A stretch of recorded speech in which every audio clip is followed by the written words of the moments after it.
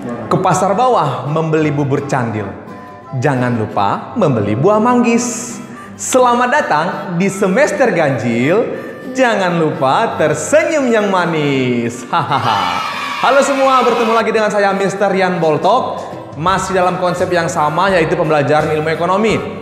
Di video kali ini saya akan berbagi pengetahuan mengenai pendapatan nasional, manfaat pendapatan nasional, kemudian pengertian pendapatan nasional, dan konsep-konsep dalam menghitung pendapatan nasional, yaitu mulai dari GNP sampai disposable income. Oke, sebelum kalian tonton video saya ini, di subscribe channel ini ya, di like, di komen, dan di share sebanyak-banyaknya. Oke semua, terima kasih dan selamat menonton.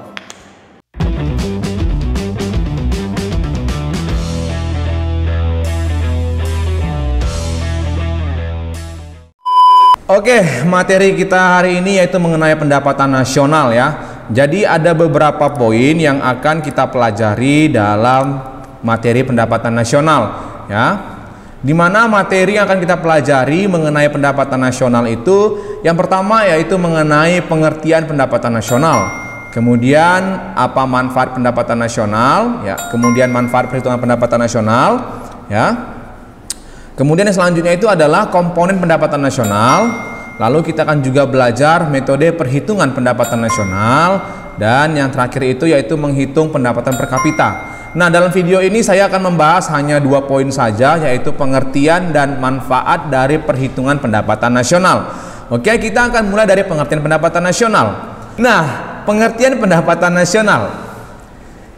Yang pertama menurut para ahli yaitu Alfred Marshall ya. Dia lahir dari 1842 dan meninggal tahun 1924. Nah, dia menyatakan pendapatan nasional adalah tenaga kerja dan modal dari suatu negara yang mengelola sumber alamnya untuk memproduksi sejumlah neto komoditi, baik material dan immaterial, termasuk jasa dan sejenisnya. Nah, itu menurut Alfred Marshall. Oke, kita lanjut. Yang selanjutnya itu adalah menurut Arthur Cecil Pigou. Oke. Nah, dia menyatakan pendapatan nasional adalah bagian dari pendapatan objektif masyarakat, termasuk pendapatan yang berasal dari luar negeri yang dapat diukur dalam satuan uang. Nah, itu menurut Arthur. Oke. Yang berikutnya itu adalah menurut Irving Fisher ya. Dalam Irving Fisher ini ada nanti namanya rumus untuk menghitung kuantitas uang ya, M kali V sama dengan P kali T. Nanti kita bahas. Oke.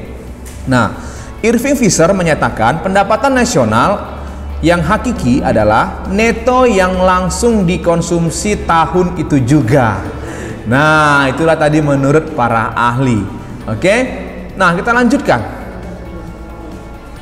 Nah, yang berikutnya adalah konsep-konsep yang berhubungan dengan pendapatan nasional. Jadi ada beberapa konsep yang berhubungan dalam menghitung pendapatan nasional ya. Yang pertama adalah produk domestik bruto atau GDP, yaitu total nilai barang dan jasa akhir yang dihasilkan oleh suatu perekonomian dalam periode tertentu yang dihitung berdasarkan nilai pasar.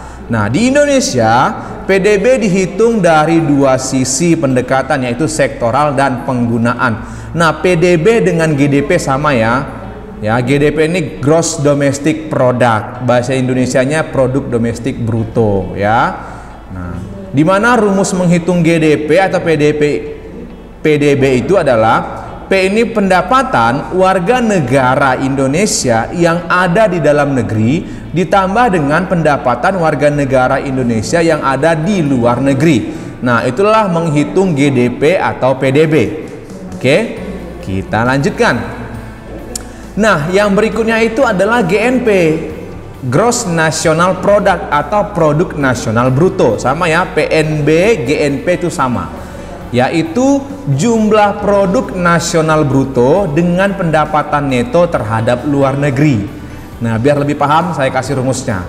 Di mana GNP sama dengan GDP, Gross Domestic Product atau Produk Domestik Bruto, ditambah pendapatan warga negara Indonesia yang ada di luar negeri, dikurang dengan pendapatan warga negara asing yang ada di dalam negeri. Nah, itu dia. Yang selanjutnya itu adalah NNP, Net National Product atau produk nasional neto. Ya, NNP didapat dari produk nasional bruto dikurangi penyusutan dan barang pengganti modal. Nah, di mana rumus NNP ini adalah GNP dikurang penyusutan, ya. Itu dia. Yang berikutnya itu adalah NNI, Net National Income atau pendapatan nasional neto, yaitu produk nasional neto dikurangi dengan pajak tidak langsung ditambah dengan subsidi, sehingga rumusnya adalah NNI sama dengan NNP dikurang pajak tidak langsung ditambah dengan subsidi. Nah, itu dia ya. Oke, kita lanjutkan. Oke, yang selanjutnya itu adalah personal income ya atau PI. Di mana PI ini adalah jumlah seluruh penerimaan yang benar-benar sampai di tangan masyarakat. Nah, PI ini rumusnya itu adalah NNI ditambah transfer payment dikurang laba ditahan ya, ditambah iuran asuransi, tambah jaminan sosial, tambah pajak perseorangan. Ingat ya, ini dalam kurung. Ya, dalam kurung ini artinya kalau kita hilangkan kurungnya ini jadi kurang semua. Ya, berarti NNI tambah transfer payment kurang laba ditahan, kurang iuran asuransi, dikurang jaminan sosial dan dikurang pajak perseorangan. Ya, karena dalam kurung maka saya buat tambah. Nah, itu dia. Dan yang terakhir itu adalah DI, disposable income ya, di mana DI ini adalah pendapatan perorangan setelah dikurangi dengan pajak penghasilan. Sehingga DI rumusnya adalah PI dikurang pajak langsung. Nah, ini kan terlalu banyak kan rumusnya kan, bagaimana menghafalnya? Nggak usah dihafal ya, dipahami saja dan banyak-banyak latihan. Nah, biar lebih paham saya akan sediakan contoh soal ya. Contoh soal. Nah, ini contoh soal yang pertama. Data pendapatan, pengeluaran dan produksi ya, ini produksi suatu negara sebagai berikut. Di mana GDP adalah 1 miliar ya, 1,5 miliar US dollar. Kemudian GNP-nya 850 juta dolar, kemudian penyusutannya 100 juta dolar, kemudian pajak tidak langsung 50 juta dolar, kemudian transfer payment-nya 75 juta dolar, kemudian laba ditahan 25 juta dolar, asuransinya 15 juta dolar, pajak langsungnya 25 juta dolar. Ditanya berdasarkan data di atas besarnya disposable income adalah, ya kan? Nah, oke, rumusnya ini. DI sama dengan PI kurang pajak langsung. Artinya kita kan harus cari dulu NNP-nya, NNI-nya, lalu mencari PI-nya, baru dapat DI-nya. Kelamaan kan gitu kan. Nah, jadi begini dia. Nah, ini rumus PI. PI sama dengan NNI tambah transfer payment dikurangi laba ditahan, dikurang iuran asuransi, dikurang jaminan sosial dan dikurang pajak perseorangan. Ya. Pajak perseroan, pajak perseroan ya, maaf, pajak perseroan.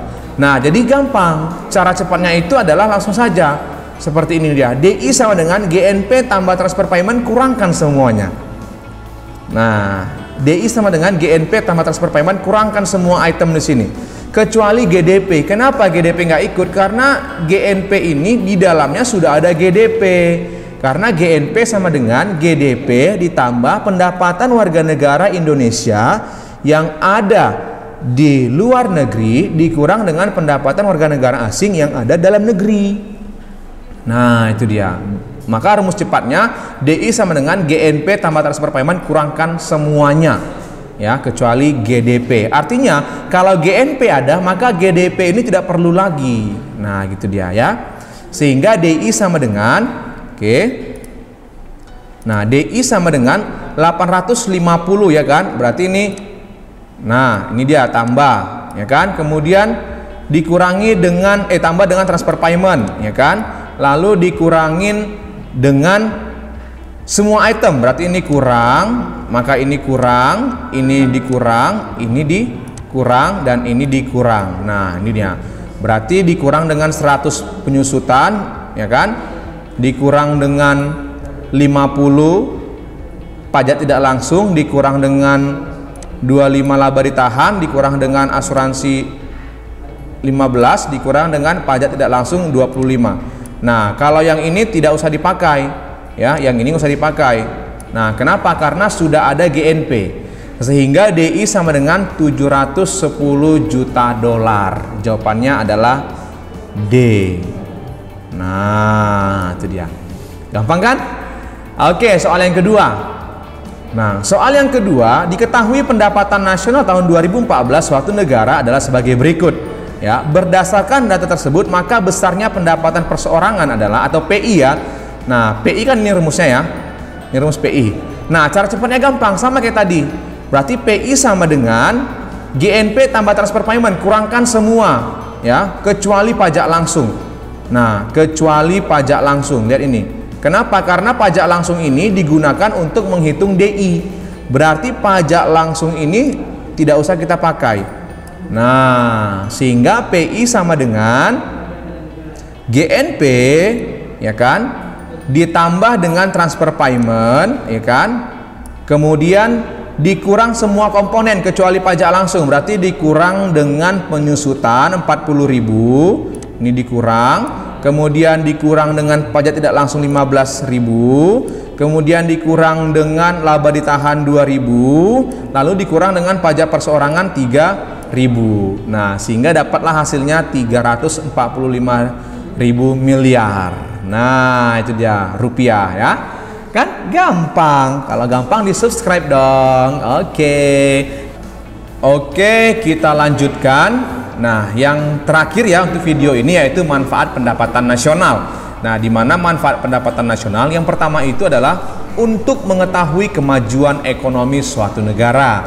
Kemudian yang kedua, mengetahui perbandingan kemajuan perekonomian dengan negara lain. Artinya kita bisa menilai bagaimana kemajuan perekonomian negara kita jika dibanding dengan negara lain. Dari mana melihatnya? Dari besar kecilnya pendapatan nasional suatu negara. Yang berikutnya adalah mengetahui tingkat kemakmuran. Yes, semakin besar tingkat pendapatan nasional suatu negara, maka semakin tinggi pula tingkat kemakmuran negara tersebut. Kemudian untuk menetapkan kebijakan pembangunan nasional, ya, artinya pendapatan nasional ini bisa dijadikan sebagai tolak ukur bagi pemerintah untuk membuat suatu kebijakan dalam kegiatan pembangunan ekonomi. Itu dia. Kemudian yang terakhir itu adalah memberikan informasi bagi investor asing. Jadi kalau seorang investor asing untuk menanamkan sahamnya atau modalnya di perusahaan dalam negeri atau perusahaan negara kita, maka dia akan melihat bagaimana prospek di negara tersebut. Maka cara paling baiknya yaitu dengan melihat pendapatan nasional suatu negara tersebut. Nah, jadi itulah dia video pembelajaran untuk pendapatan nasional, yaitu pengertian dan manfaat pendapatan nasional. Oke. Nah, terima kasih semua, sampai di sini video pembelajaran kita hari ini. Sampai ketemu dalam video pembelajaran selanjutnya. Terima kasih dan salam sehat. Bye bye.